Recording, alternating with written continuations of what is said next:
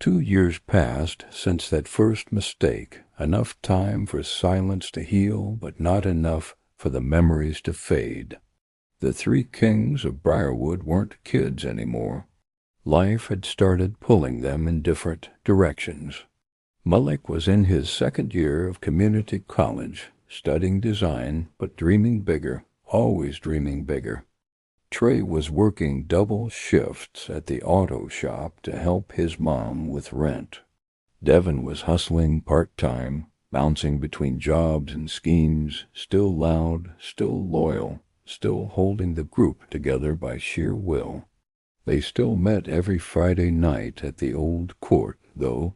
Same cracked pavement, same rusty rim, same ghosts of their childhood echoing in the background.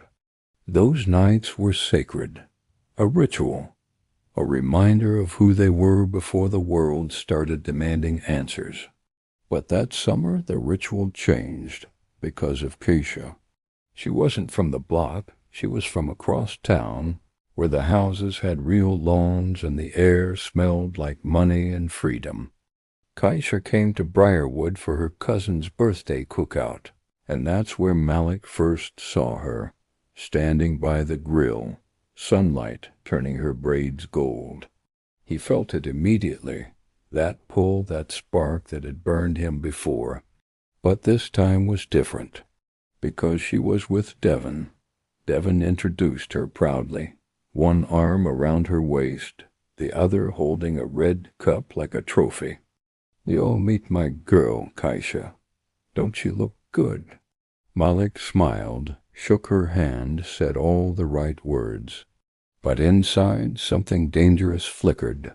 He pushed it down, hard. For weeks he stayed away.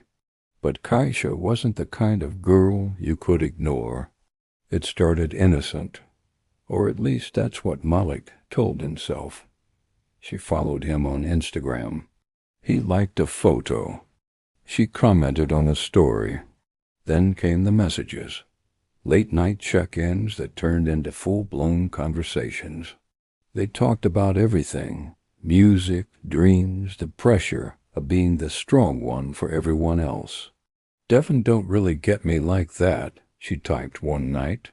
Malik hesitated before replying. "Yeah, sometimes he don't get anybody." He stared at that message long after it sent, guilt bubbling under his ribs. He knew this road. He'd walked it before. And last time, he lost a piece of his brotherhood on the way. But there was something about Keisha, the way she looked at him like he was more than his mistakes. She saw through him, or maybe into him, and that felt rare.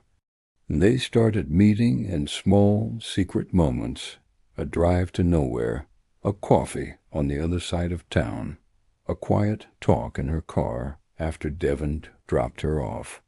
It wasn't supposed to happen, but temptation doesn't ask for permission. One night after a rainstorm, Malik met her by the lake, the same one they used to sneak to as kids to skip stones and dream about getting out. Keisha was already there, leaning against her car, hair damp, lips trembling. "You ever feel like you want something you know you shouldn't?" she asked softly. Malik looked at her, really looked, and felt the walls crumble. Every damn day. And then he kissed her. It wasn't soft. It wasn't gentle. It was everything he'd been holding back, and everything he shouldn't have wanted.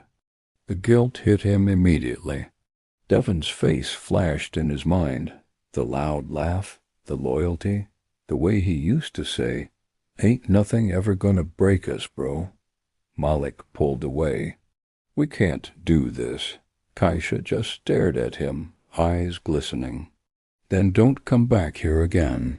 He didn't answer, but he came back anyway.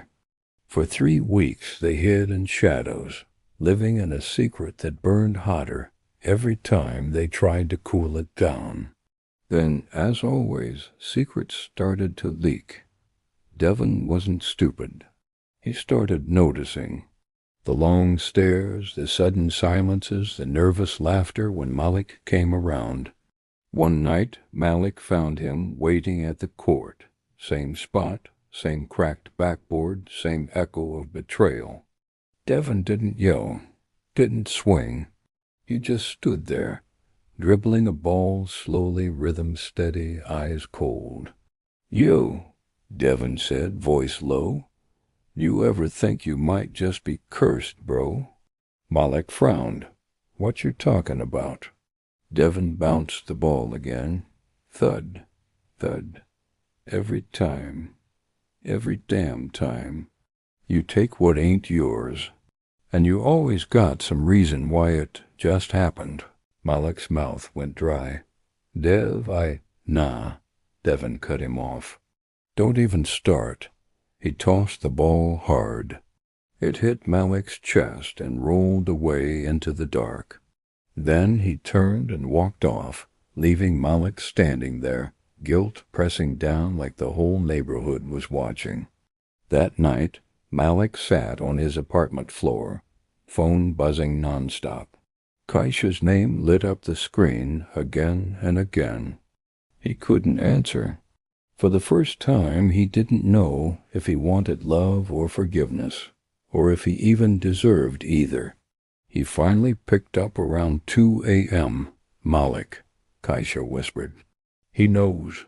Malik's heart stopped. "What you mean he knows?" "I don't know how, but he looked at me tonight like he saw everything." Silence.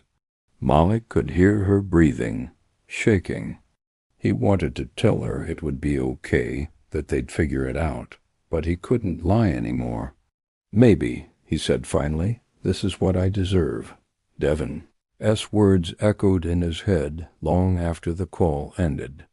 "You ever think you might just be cursed, bro?" And for the first time, Malik started to believe he was.